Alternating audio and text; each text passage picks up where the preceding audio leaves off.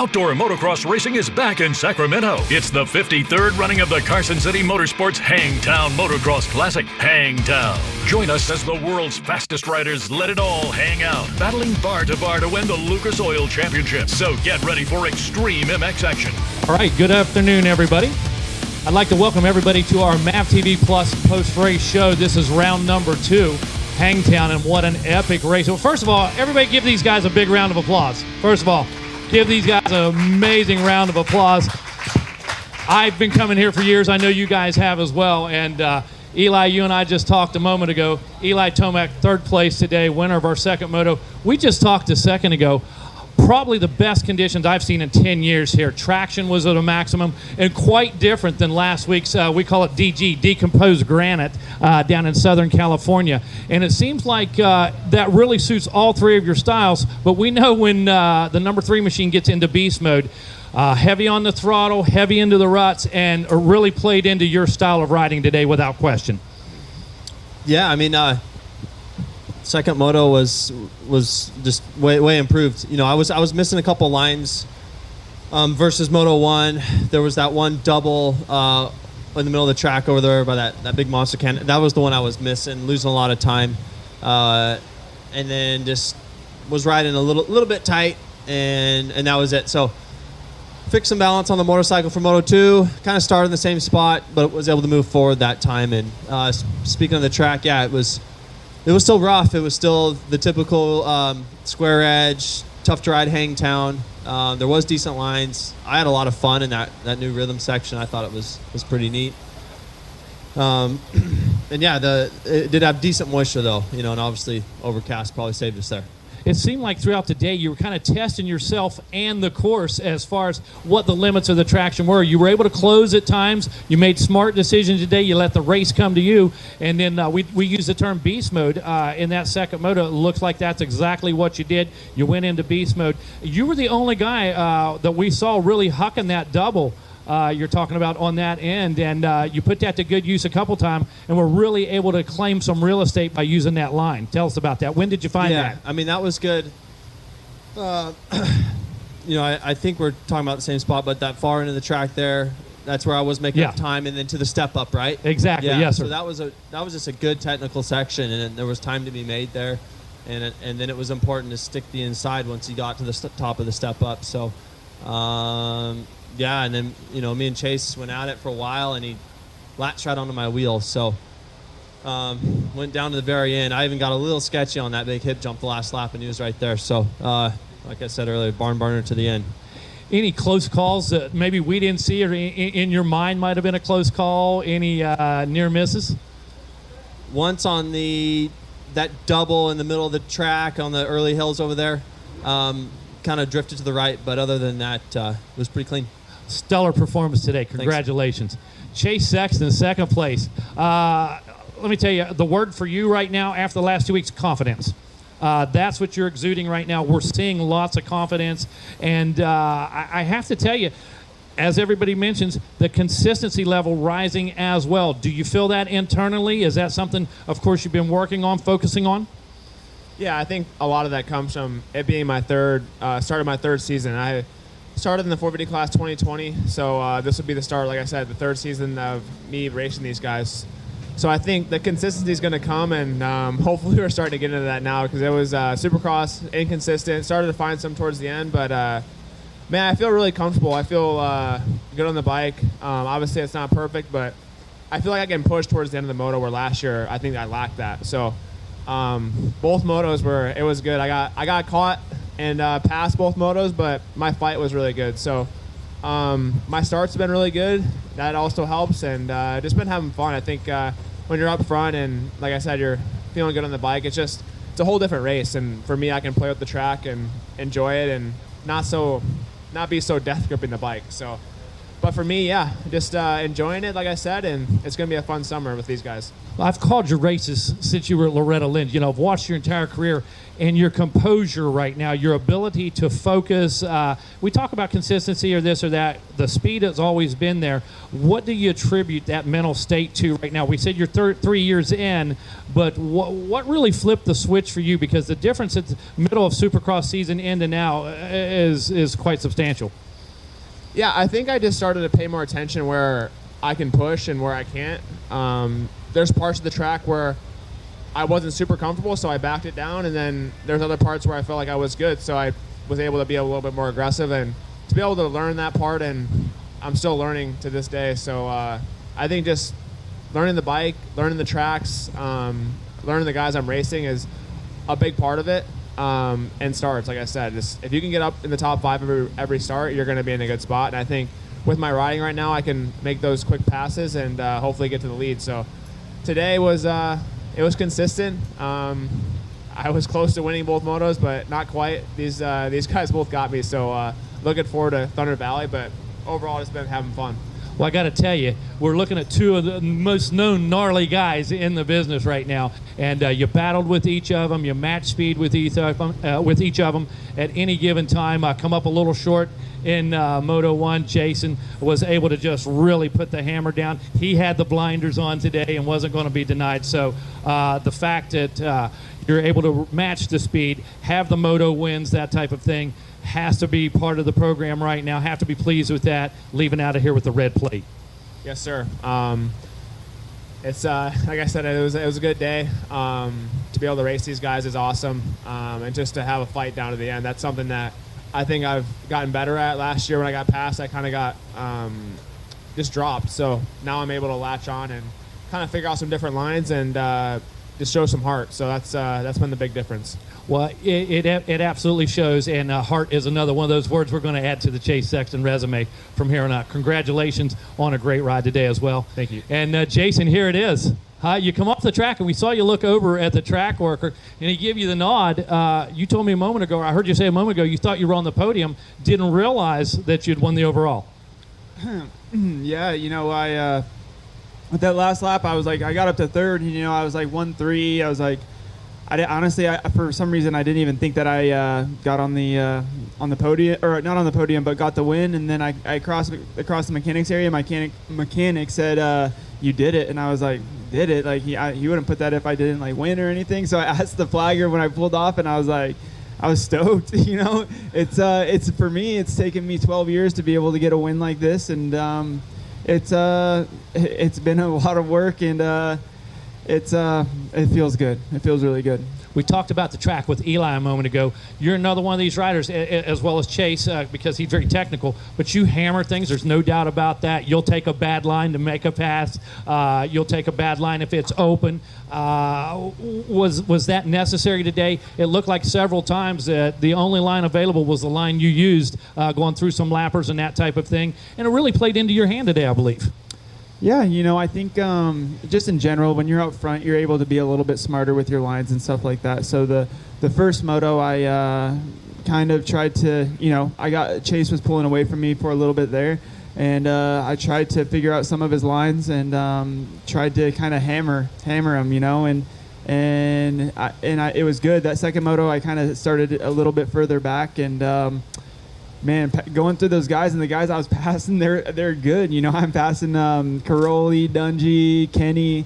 The list is pretty gnarly, and it's some work. So once I got up to third, I was like, man, trying to catch these two is a little bit tough for me. But yeah, I felt today I was able to hammer pretty good the whole moto, and it was improvement from last weekend. As much as you respect your fellow competitors, you like to race tight, you like to race close, you have disregard for the speed. You're not worried about that whatsoever. If you need to grab that next gear, you will. And was the pace a little quicker today than you thought? Yeah, the what's crazy right now is the pace is pretty high, and especially with when you're in that top 3, we're battling all the way to the end. It's taking everything out of you, and you're using your brain the whole time, and that mental capacity is tough to have for 70 minutes of racing. and trying to latch onto the lines, figure stuff out, and you're just out there problem solving. It's it's tough, but I think we are getting better at figuring it out, and I think our bike's good and everything like that. So it's fun. In regards to the bike, I saw that thing hang out several times. I saw 2 big lock-to-lock swaps, and man, you just held it on, pulled that thing back underneath of you, and it looks like your comfort level from the second half of Supercross season now through the opening of outdoors has really grown with the bike. You were on point with the bike from the beginning of Supercross, but it looks like you've really got it dialed and starting to gel right now. Yeah, it's just little things. For us, it's at 1% here and there. Like as far as changes goes, it's not like we're making any like crazy changes, but we're making changes, and they're minimal, but they add comfort. And for us, it's all about knowing exactly what your bike's gonna do and being comfortable in that thing, and honestly being comfortable having it. Knowing how it's going to react, to the bumps, how it's going to kick and stuff like that. So for me, I feel very comfortable on my bike and just going to try and keep moving forward and progressing with that and myself. Last week, start's not the greatest. This week, a different story. But when you talk about the level of these riders, we're talking about Eli Tomac, we're talking about Chase Sexton, Ryan Dungey, Antonio Caroli, Barsha, all these riders. One of the toughest fields that we've seen in many, many years. And when you got in that position, not easy to make those passes. The motivation was that first overall. I mean, just to prove the point that if you're up front, by golly, we're going to be able to make those passes when necessary. Yeah, for me, I feel like my whole goal is just to try and be relentless and put my effort out there the whole time. And wherever that puts me, it puts me. That first moto, I put the effort out there, was able to get up to the lead. In that second moto, everything I had was third place, but I think with the start and everything like that, I think I could just keep fighting, and I'm going to try and do that all year and see where we end up. I asked Eli the same thing. We saw a big swap. We did from the booth. But was there anything that stood out in your mind that was, man, a close call or a big mistake or I almost blew it? Any self-inflicted damage today? Honestly, where that jump was, it used to be called like the Fly 150. Yeah. And the first moto, I hit it way too fast, thinking it was the actual jump, and I just jumped off the track.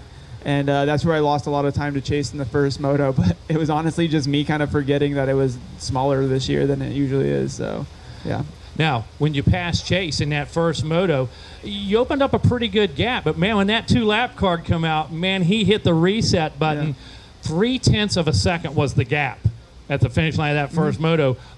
Were you maybe waiting for him to settle in, or were you expecting him to come back at you with 2 laps?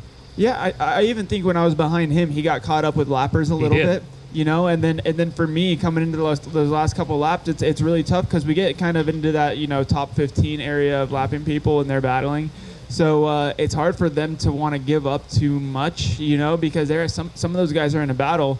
And you just get caught up in that stuff a little bit, and you try and be smart about it. But sometimes it kind of holds you up, and that really can change the race. But that's how our racing works, and that's just another variable that we got to deal with. But I think just being smart, And then as far as that first moto goes, towards the end, I was still pushing, trying to keep that gap. It's just the way it works. Well, man, I just got to tell you, it was gritty, it was gutsy, and it was awesome. And that's the way I'm sure you want to win your first overall outdoor moto or overall victory. I'm sure. Yep. Thank you. Yeah. Congratulations. Right now, we're going to open the floor to any questions from these guys.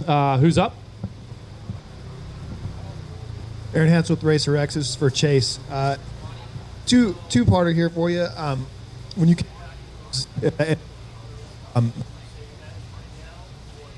you were able to just the result of learning new lines, did you to get him back, and did you know that you needed to get him back for the overall? Yeah. So when both of them got me each moto, I really just tried to learn off them, see what they're doing better. First moto, I was losing a lot of time to Jason. There's that little double to the inside before you go up the hill, the first main hill, or maybe the second one before you drop down that big long one. I wasn't doing that. I still didn't do it the first moto, so I told myself second moto I need to go out there and do it. But besides for that, I kind of they gapped me a little bit right away, and then I just told myself that I got to give it a fight and a charge. And both motos, obviously, it didn't get the win, but I feel like I showed some grit, and that's where I want to be. I don't want to lay over. I don't want them to just kind of walk away with it easy. So, because I know they wouldn't do that to me, and so for that was just to try and put up a fight. And then, what was the second question? What was the? Yeah, I saw Jason was in third. Going down the last downhill, I saw him coming up the roller, so I was aware that I needed to get Eli. I wasn't quite aware if I was going to get second or third. For one point, I thought I was going to get 2-2 for third place, so I was like, well, that's not good. But I knew I had to get Eli back, and it wasn't going to be easy. So put another charge in. We got really close, actually, before where the fly 150 was. A lapper actually pushed Eli wide, and I was on the outside committed. Last second, I jumped across the track. Otherwise, I probably would have landed on him, which would have been good. So, it was just putting in 2 good charges. Didn't get it done, but I was happy with how I rode today. I felt like I was consistent and smart, and just overall good racing. Next. Guys, have any other questions? All right. Yeah, this one's for Eli. Last week wasn't quite what we're used to from you. It wasn't horrible, but with that in mind, was it important for you to come back, put in a strong showing here at Hangtown, or is it too early in the season to start thinking about that kind of thing? Yeah, it is. Especially I lost 18 points and even lost more points today, obviously. So I looked at that. I'm like, whoa, I need to get my act together, and I, there was no choice really. Last week in that first moto, I just went backwards, and then that sucks as a rider when you go backwards. And I started in second. I'm like, all right, I'm gonna be okay. And then, ended up 7th place or whatever it was. And then Moto 2, I was still off of the top guys. So this was good for us. Yeah, it was a big rebound for us. All right, gang. Anybody else?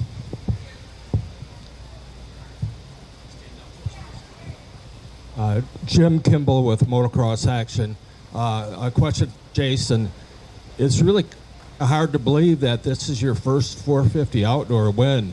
I'm sure you feel that way as well with all the success you've had. How are you going to celebrate?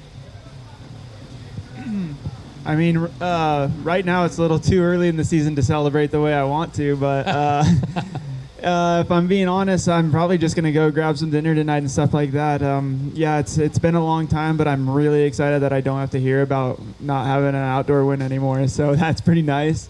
I'm just I'm stoked. I'm really happy where we're at as my riding and everything like that, and it just gives me more motivation. I think right now where we're at, it's I'm gonna just celebrate and just be excited and like proud of myself. But other than that, I'm just gonna try and get ready and keep this ball rolling.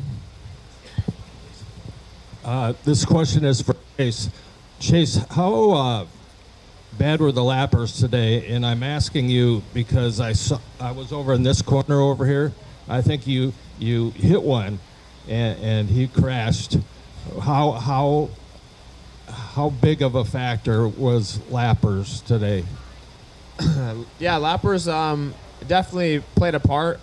I wouldn't say it was just for me though. Like Jason said, I think Eli, the last lap had lappers. So it's just part of racing. They're obviously out there racing for positions like we are, and it gets close sometimes. That second moto, the guy actually was like getting out of the way, but I don't think he realized that I was taking that outside line, and I went in there and he kind of kept going, and I just pretty much cleaned his front wheel out, which I didn't feel great about. I kind of felt like I didn't know he went down, but I had a feeling he went down. So that's not how I want to pass lappers, but it's just part of racing.